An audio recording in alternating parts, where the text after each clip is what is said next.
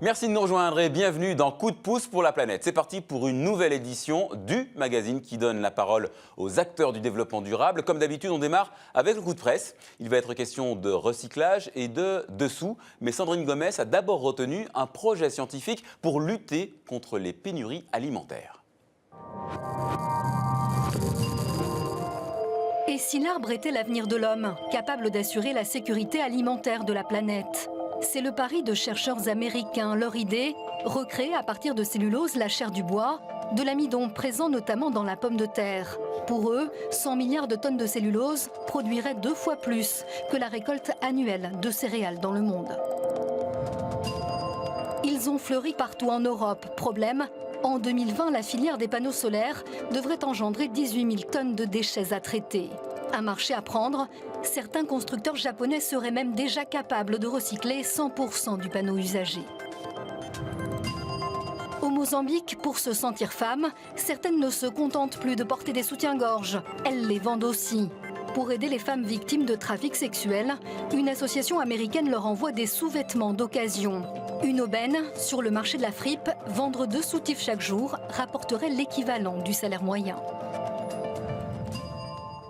Cette semaine, le coup de pouce est décerné aux écoliers de Mont-Saint-Pierre, dans le nord de la France. En recyclant le papier, ils épargnent les forêts, mais ils ont aussi une démarche solidaire, car ils sont associés à un réseau qui fournit du travail aux handicapés. Une démarche gagnant-gagnant que nous expliquent François Vallet et Pascal Stelletta. Les deux histoires, elles se passent au même endroit ?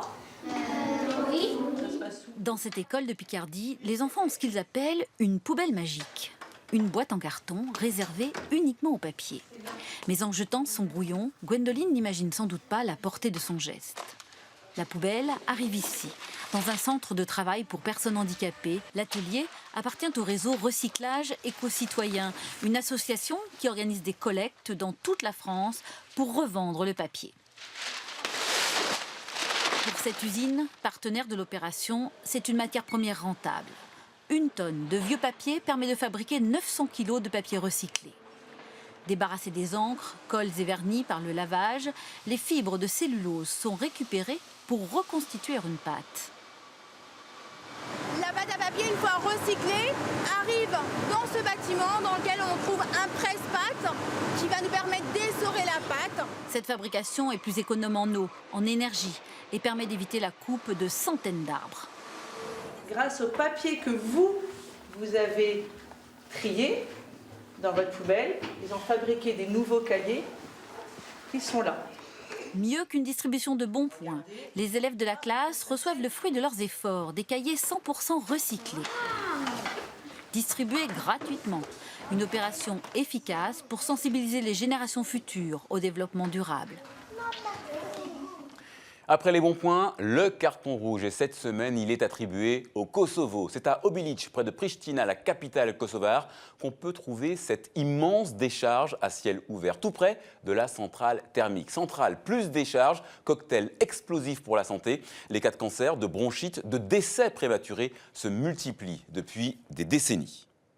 7 matchs et balles recyclées, 5e édition en France de l'opération Balle jaune. La Fédération française de tennis organise chaque année la collecte qui permet de récupérer 1,5 million de balles de tennis usées dans les clubs. Des balles qui recèlent un trésor, le caoutchouc qui est broyé en granulats et qui permet de fabriquer des tapis de sol souples à destination de centres de rééducation. 50 000 balles récupérées, ça équivaut à 100 mètres carrés de tapis. Et que du bonheur pour ces enfants, vous le voyez, amateurs de tennis. À vous de servir. Voilà, c'est la fin de ce coup de pouce pour la planète. Comme d'habitude, je vous le rappelle, votre émission continue sur Internet. On vous attend sur notre page Facebook. Moi, je vous dis à bientôt sur TV5 Monde. Et d'ici là, prenez soin de la planète. Elle le mérite.